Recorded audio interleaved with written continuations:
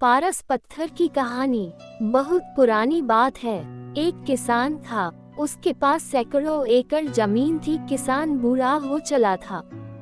उसका एक लड़का था, उसका नाम सुरेश था। एक दिन अचानक जमींदार की मृत्यु हो गई। अब सारी जमीन की देखभाल उसके लड़के सुरेश के ऊपर आ गई। लेकिन सुरेश को खेती बाड़ी और मेहनत करना अच्छा नहीं लगता था। वह जल्द ही बहुत अमीर बनना चाहता था।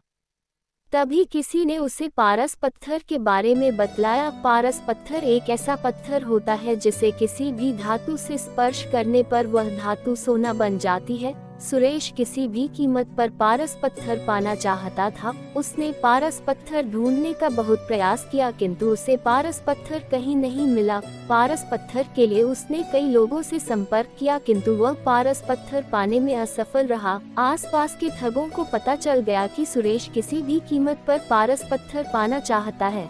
ठगों ने पारस पत्थर का लालच देकर सुरेश से लाखों रुपए ठग लिए।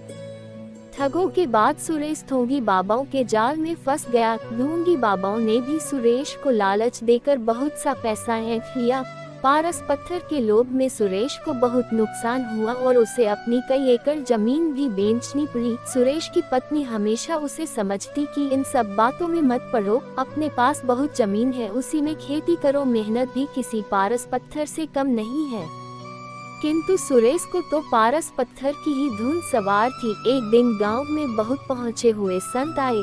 सभी ने उन्हें अपनी समस्याएं बतलाई। सुरेश भी अपनी पत्नी के साथ उनसे मिलने गया और उन्हें अपनी समस्या बतलाई। संत सुरेश की बातें सुनकर मुस्कुराए और बोले, मैं जैसा कहूँ वैसा ही करना तो तुम्हें पारस पत्थर अवश्य मिलेगा। संत की बात सुनकर सुरेश बहुत खुश और संत से बोला, कृपया कर मुझे वह तरीका बतलाएं जिससे मुझे पारस पत्थर मिल जाए। संत बोले, तुम्हें केले के पेड़ की पत्तियों के नोक पर जमा सुबह की ओस की बूंदें एक बर्तन में एकत्र करना है, और जब तुम 5 लीटर ओस की बूंदें एकत्र कर लोगे तो मैं उसे अभिमंत्रित कर पारस पत्थर में बदल दूंगा। लेकिन याद रहे, ओस की बूंदों में तुम पानी मिलाकर धोखा देने का प्रयास करोगे तो तुम्हारी पूरी मेहनत पर पानी फिर जाएगा और ओस की बूंदें पारस पत्थर नहीं बन पाएंगी। ये काम बहुत कठिन था। सबसे पहले सुरेश ने अपनी कुछ जमीन पर केले के पेड़ लगाए। केले के पेड़ धीरे धीरे बढ़ रहे थे, किंतु इतने पेड़ों से वह ओस की सिर्फ कुछ ही बूंदें एकत्र कर पा रहा था। उसे लगा इतने केले के पौधों से 5 लीटर ओस एकत्र करने में तो उसे सालों लग जाएंगे। उसने फिर कुछ केले के पौधे और लगाए। इस तरह करते करते उसने अपनी लगभग पूरी जमीन पर केले के पेड़ लगा लिए। सुरेश अब इन केलों के पौधों को पानी देता